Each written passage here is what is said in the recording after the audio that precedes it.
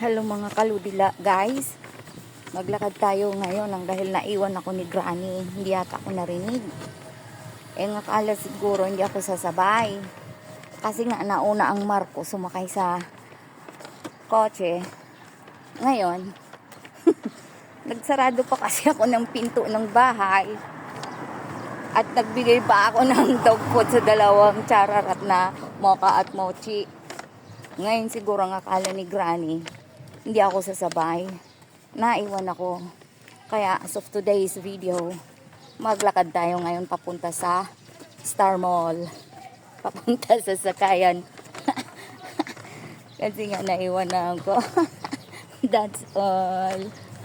Buti na lang complete gear naman tayo. May payong, may pamaypay and everything. Kaya okay lang naman. Usually naman talaga naglalakad din ako. That's all mga kalodi.